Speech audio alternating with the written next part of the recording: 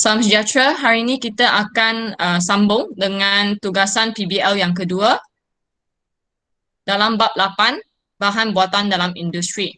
Hari ini kita akan menjemput ahli kumpulan daripada tingkatan 4 Alpha untuk membentangkan subtopik 8.4 yang bertajuk bahan komposit dan kepentingannya.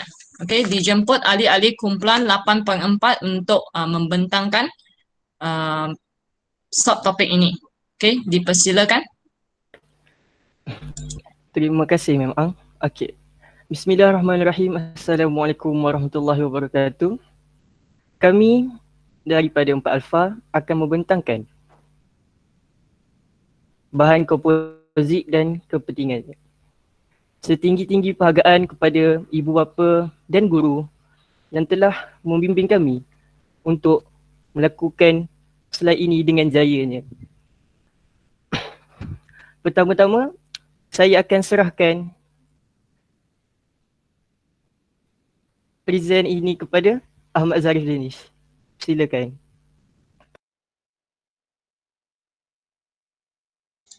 Okay.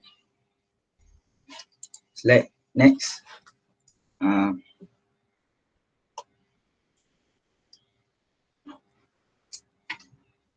Danish Fitri.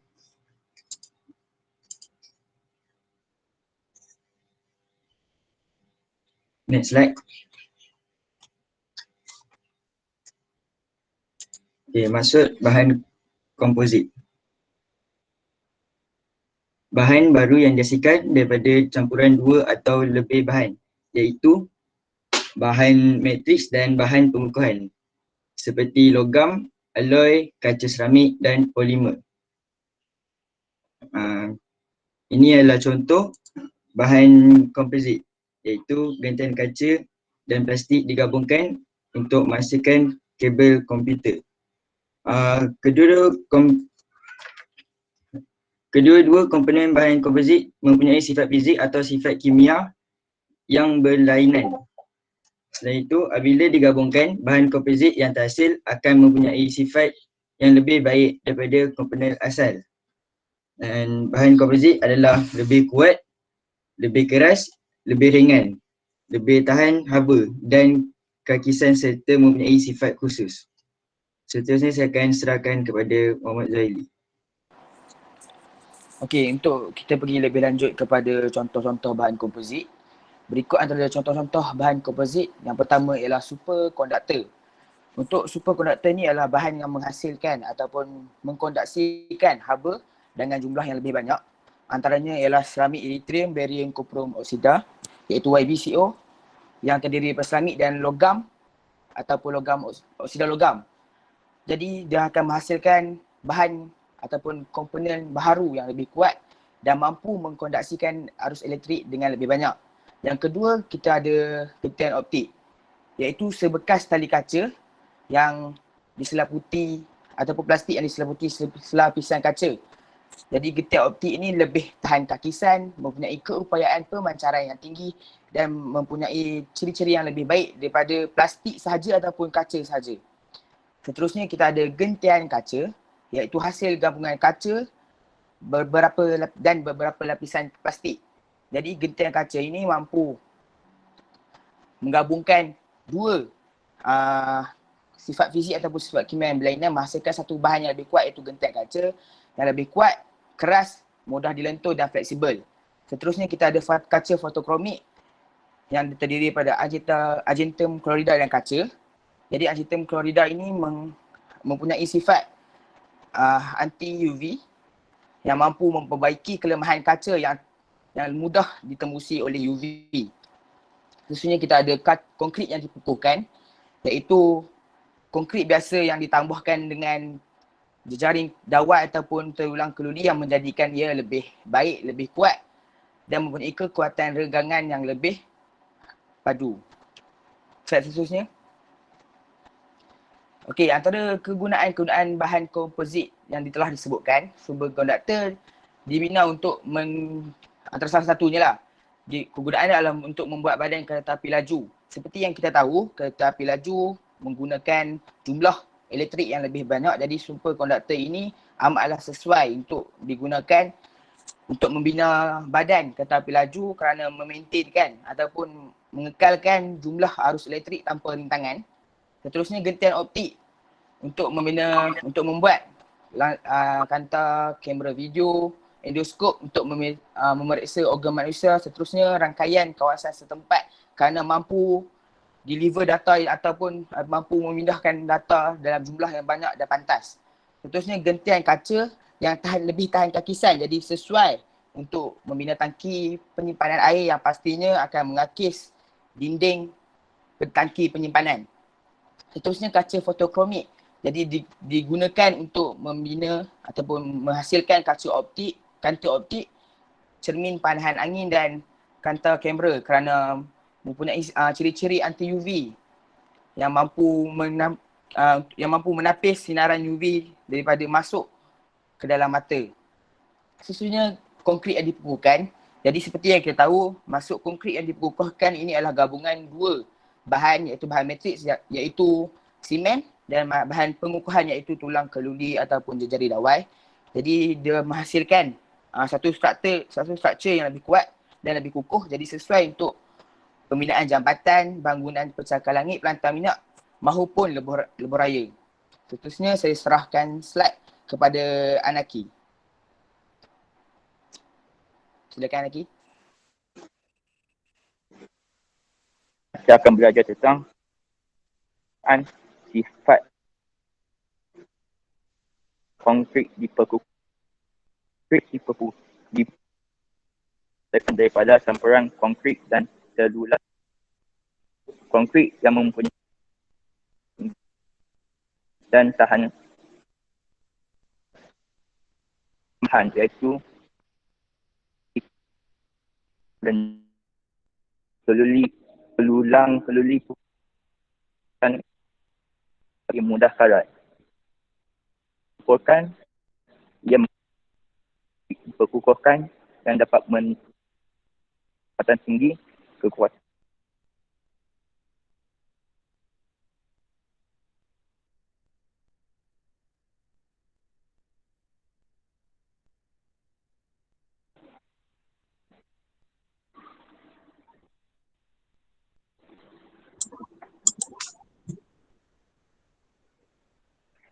Hafiz Anaki ada lagi bersama dengan kita ke?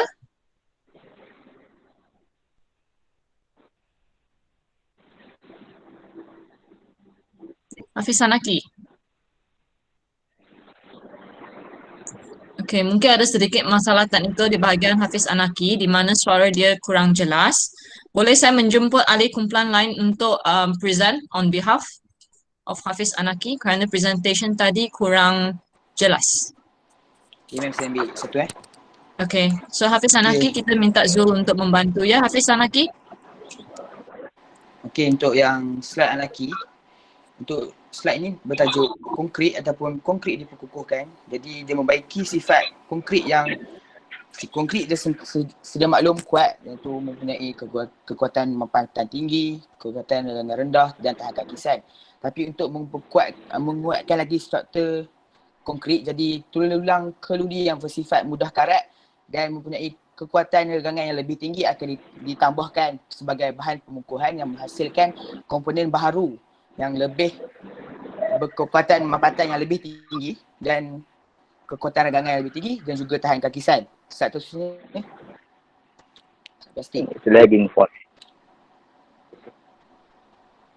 Okay, untuk slide seterusnya ialah gentian optik. Jadi plastik mempunyai sifat mudah lentur, mempunyai kekuatan regangan rendah dan kekuatan haba elektrik rendah. Malah bagi gentian kaca dia mempunyai sifat yang berlainan, iaitu kekuatan regangan tinggi dan kereaksian haba dan elektrik yang rendah. Jadi apabila bahan baharu dihasilkan oleh gabungan plastik dan kaca dan akan menghasilkan gentian optik yang mudah lentur, tahan kakisan, tahan lasak, juga mempunyai kekuatan regangan tinggi dan bertindak sebagai penebat haba dan mampu untuk untuk mendeliver ataupun untuk memindahkan data dalam jumlah yang lebih banyak kerana mempunyai indeks biasa yang berbeza. Seperti yang kita sudah maklum, plastik dan kaca mempunyai indeks biasan yang berbeza. Jadi variasi ini mampu memindahkan ataupun mengangkut data dalam jumlah yang lebih banyak dan lebih pantas berbanding dawai kuprum secara konvensionalnya. Okey, seterusnya saya serahkan kepada Denis Fikri.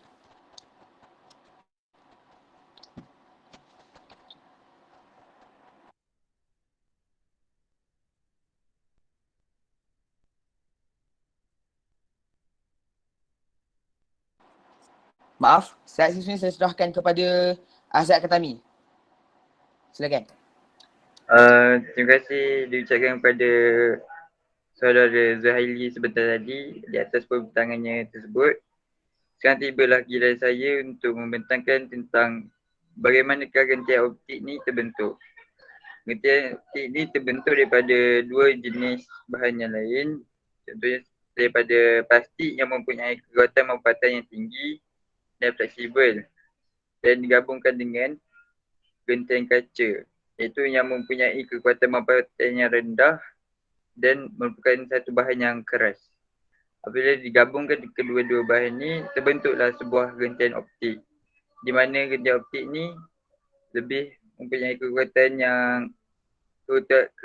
mampatan yang lebih tinggi dan fleksibel. Dijemput ahli komputer seterusnya untuk membentangkan.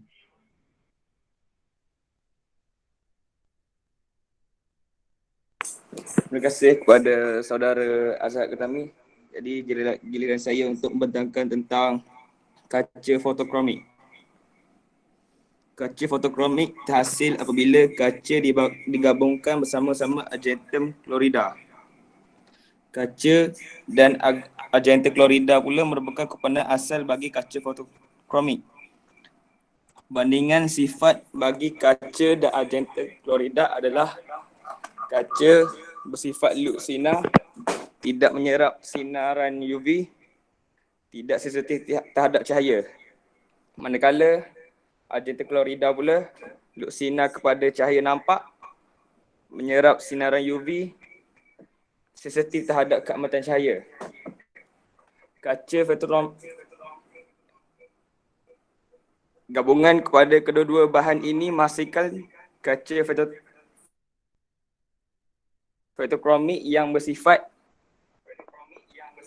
luksina, menyerap sinaran UV. Penyerapan sinaran UV bergantung pada keamatan cahaya. Jadi saya serahkan kepada Khairul Ikhwan untuk meneruskan pembentangan seterusnya. Baiklah, seterusnya kita akan melihat ciri superkonduktor yang berbeza daripada bahan asal dia.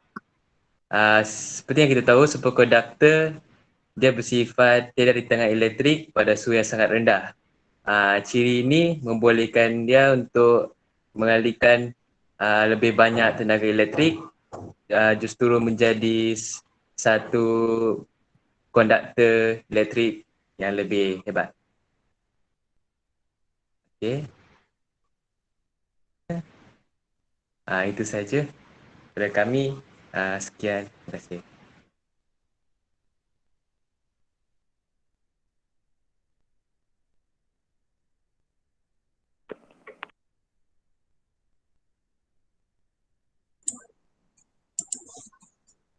Okey, terima kasih diucapkan kepada ahli kumpulan 8.4 kelas Alpha. Ada persoalan? Ada persoalan ke? Ada, ma'am. Ada tak persoalan daripada putra-putra kelas 4 Alpha ataupun 4 Eta?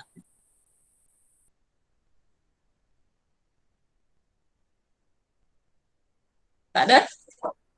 Tak ada. Okey, ma'am tanya. Tak ada, ma'am. Okey, kaca fotokromik merupakan bahan komposit yang selalu digunakan untuk membuat tingkap kereta, kan? So, nyatakan kegunaan lain bagi kaca fotokromik selain daripada tingkap kereta. Untuk menghasilkan tingkap bangunan dan kanta kamera. Okey, bagus. Tepat. Boleh saya tanya, apakah bahan utama, komponen utama yang ada dalam kaca fotokromik yang menyebabkannya peka terhadap cahaya UV? AGCL ma'am, Argentum Florida. Argentum Florida. Florida. Betul? Betul? Okey, Betul, ma'am. apakah komponen utama di dalam kaca fotokromik selain Argentum Florida?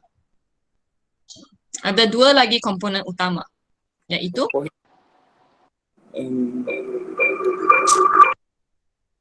Florida. maaf kurang jelas.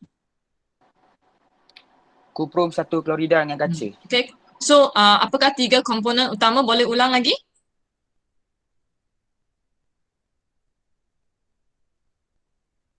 Kaca, Argentum Florida dan Kuprum 1 Okay, Florida. thank you. So, itu bahan komponen utama untuk membentuk kaca fotokromik. Alright, terima kasih kepada ahli kumpulan 8.2 kelas, 8.4 kelas 4 alpha. Okay, so sekarang saya ingin menjemput pula kumpulan 8.4 daripada kelas 4 ETA.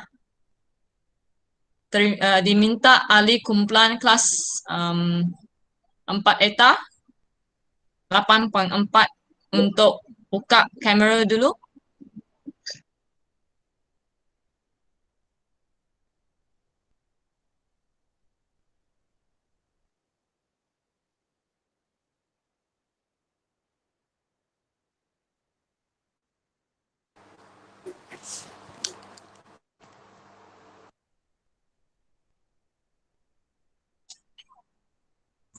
Okey, semua dah hadir ke untuk ahli kumpulan 8.4 daripada kelas 4 ETA? Sekiranya sila present screen dulu, kita tangkap satu gambar.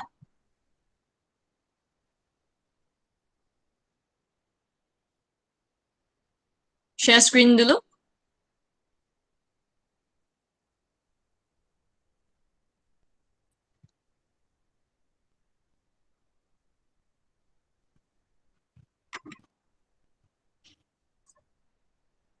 Okey, diminta semua ahli kumpulan 8.44 ETA untuk buka kamera. Kita tangkap satu gambar dulu dan share screen juga. Arifuddin boleh share screen?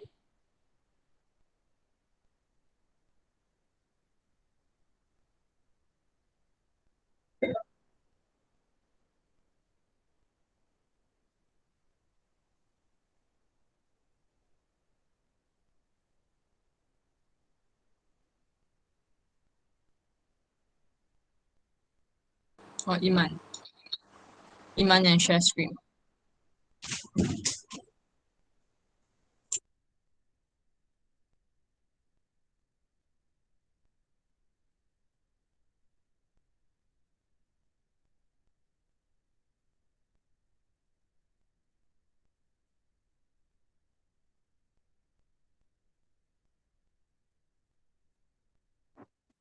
Ma'am, có mic ma'am.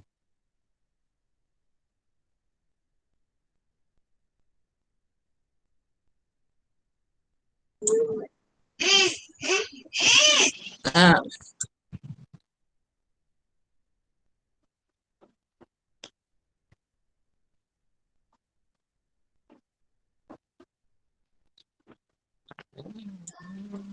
Okey, kita tangkap gambar dulu Okey, sila lihat kat kamera masing-masing. 1, 2, 3. Okey.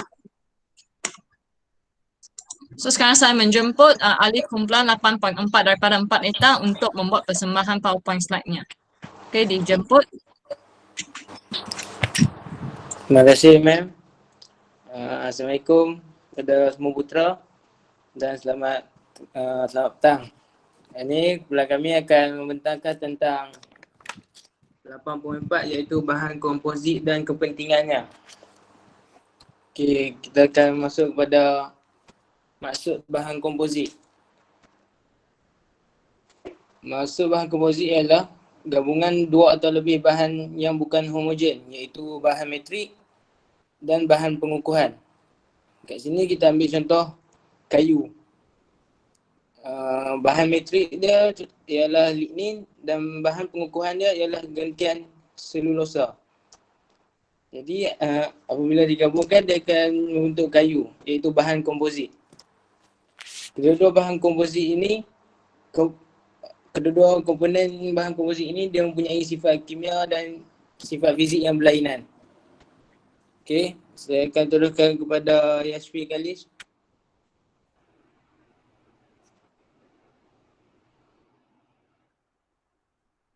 Okey, bagi bahan komposit dan kegunaannya. Next slide.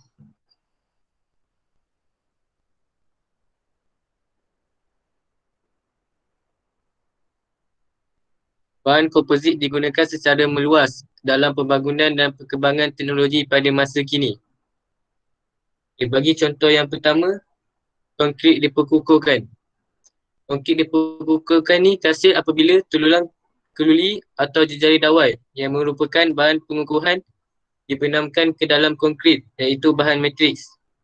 Contohnya kita boleh tengok dekat bangunan KLCC, empangan dengan jambatan. Okay. Bagi contoh seterusnya, iaitu kaca jentian. Ia terhasil apabila bahan matriks diperkukuhkan dengan jentian kaca, iaitu bahan pengukuhan. Kita boleh tengok contoh dia, iaitu topi keledar, bampar kereta dengan papan litar tercetak. Okay, seterusnya saya akan serahkan kepada Faris Jani untuk membentangkan contoh yang seterusnya. Terima kasih kepada pembentang sebentar tadi. Sekarang saya akan membentangkan tentang gentian optik atau yang selalu kita dengar sebagai optik fiber. Okey. Gentian optik adalah jenis kabel yang diperbuat daripada serat kaca atau plastik halus yang dapat memindahkan sinar cahaya dari satu tempat ke tempat yang lain. Gentian optik ni terdiri daripada 3 lapisan. Lapisan pertama merupakan bahagian teras yang terdiri daripada gentian kaca silika, iaitu bahan pengukuhan. Bahagian teras disaluti oleh lapisan kedua yang terdiri daripada salutan kaca atau plastik. Seterusnya, lapisan ketiga pula diperbuat daripada plastik yang bertindak sebagai jaket pelindung. Okey, sumber cahayanya daripada sinar laser atau sinar LED. Sumber cahaya akan masuk dari teras dan akan merambat masuk ke jaket. Okey. Dijemput Nur Fawaz untuk membentangkan bahan komposit yang seterusnya. Terima kasih diucapkan kepada Farizani. Bahan komposit yang seterusnya adalah kaca fotokromik. Kaca fotokromik ni dia terhasil daripada kaca, iaitu dia punya bahan matriks.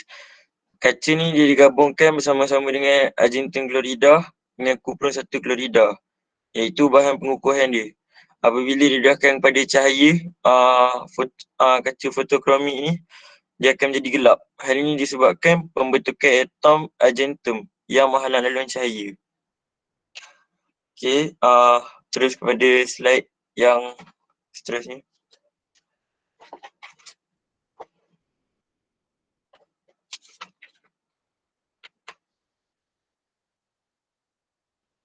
Seterusnya adalah superkonduktor.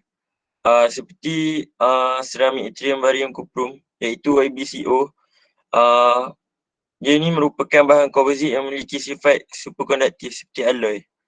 Kalau macam bahan-bahan yang lain, konduktif yang lain ni, kalau didedahkan kepada tenaga elektrik, dia akan tukarkan menjadi tenaga haba. Tapi superkonduktor ni, dia akan teruskan tenaga elektrik itu tanpa rintangan. Itu saja daripada saya.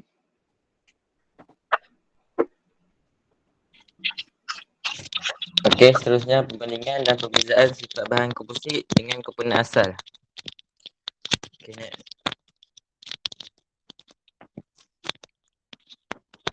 Okey, yang pertama, konkrit diperkukuhkan. Konkrit diperkukuhkan mempunyai dua bahan, iaitu bahan matriks dan bahan pengukuhan. Bahan matriks ialah konkrit yang bersifat kekuatan mampatan tinggi, kekuatan renggangan rendah dan tahan kakisan. Bahan pengukuhan ialah telulang keluli atau jejaring dawai. Sifatnya kekuatan regangan tinggi dan mudah karat. Apabila digabungkan menjadilah bahan komposit iaitu konkrit dikukuhkan. Sifatnya kekuatan membentang tinggi, kekuatan regangan tinggi dan tahan hakisan.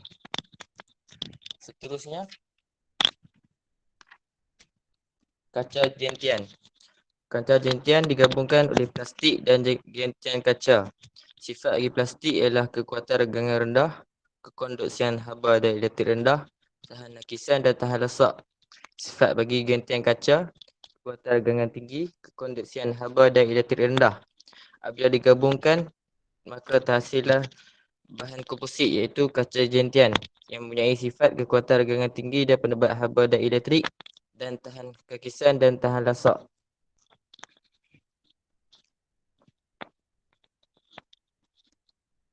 Next.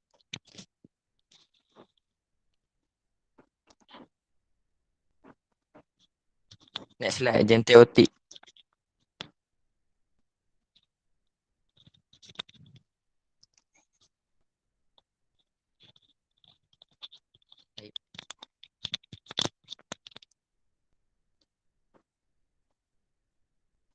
Sebelum.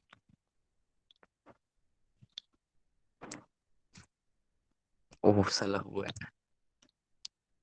Oh, salah tulis. Okey, gentian optik mempunyai kekuatan membentang yang tinggi walaupun bahan asal itu ialah gentian kaca yang bersifat rapuh. Gentian optik mempunyai dua, plastik dan gentian kaca. Plastik mempunyai sifat kekuatan membentang tinggi dan fleksibel yang mampu melentur. Yang kedua, gentian kaca. Kekuatan membentang rendah dan keras.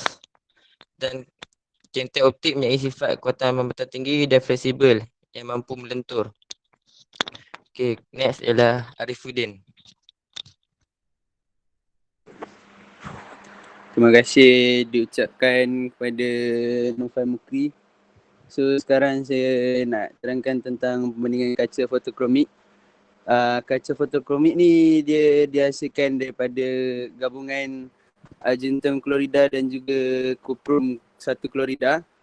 So kaca fotokromik ni dia bersifat lut sinar, menyerap sinaran UV dan dia penyerapan sinaran UV dia tu bergantung kepada keamatan cahaya. So kalau kita gunakan cermin yang biasa tanpa bahan yang kita masukkan iaitu argentum klorida dan kuprum 1 klorida, kaca tu dia tak boleh nak naturalkan cahaya yang berlebihan masuk. So mungkin cahaya yang masuk tu berlebihan daripada cahaya yang kita gunakan dekat kaca fotokromik. Kaca fotokromik ni kalau kita gunakan dia, cahaya yang masuk tu tak sebegitu banyak seperti dekat kaca biasa. Okey, yang kedua ialah superkonduktor iaitu YBCO. Superkonduktor ni kita senang kata dia sebagai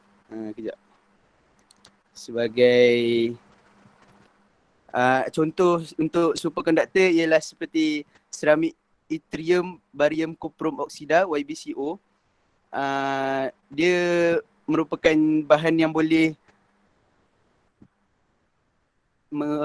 menghalang rintangan elektrik pada suhu yang sangat rendah. So dia pada suhu yang sangat rendah tu tiada rintangan elektrik lah. Okey, untuk kesimpulan, kegunaan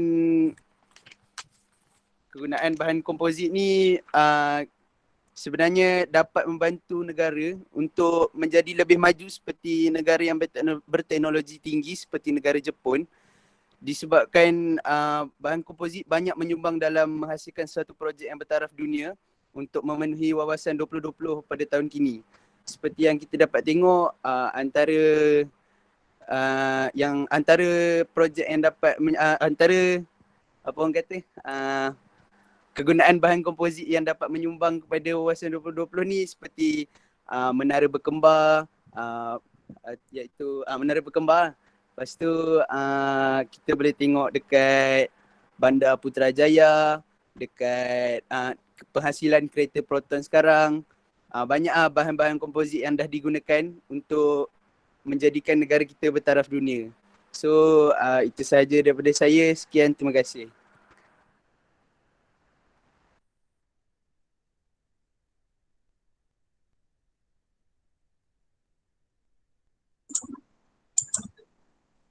Okay, terima kasih kepada kumpulan 8.4 kelas 4 ETA.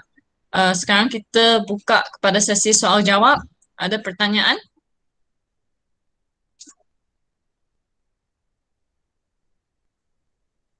Ada soalan yang ingin dikemukakan?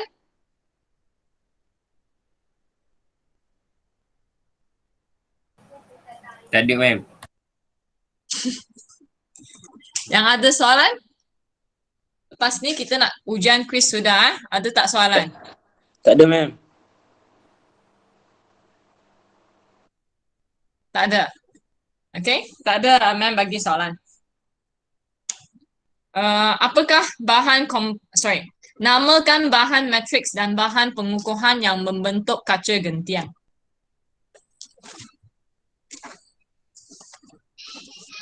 Ma'am, Yes. kaca gentian terhasil bahan matriksnya adalah plastik yang diperkukuhkan dengan gentian kaca, iaitu bahan pengukuhan. Okay, bagus. Jawapan tepat. Terangkan mengapa kaca gentian sesuai digunakan untuk membina tangki simpanan air. Kerana sifatnya kekuatan yang mampu menahan tekisan. Kerana tangki simpanan air akan melanggar dinding lalu menyebabkan hakis. Jadi kaca gentian amat sesuai digunakan kerana sifatnya yang tahan tekisan dan tahan lesap.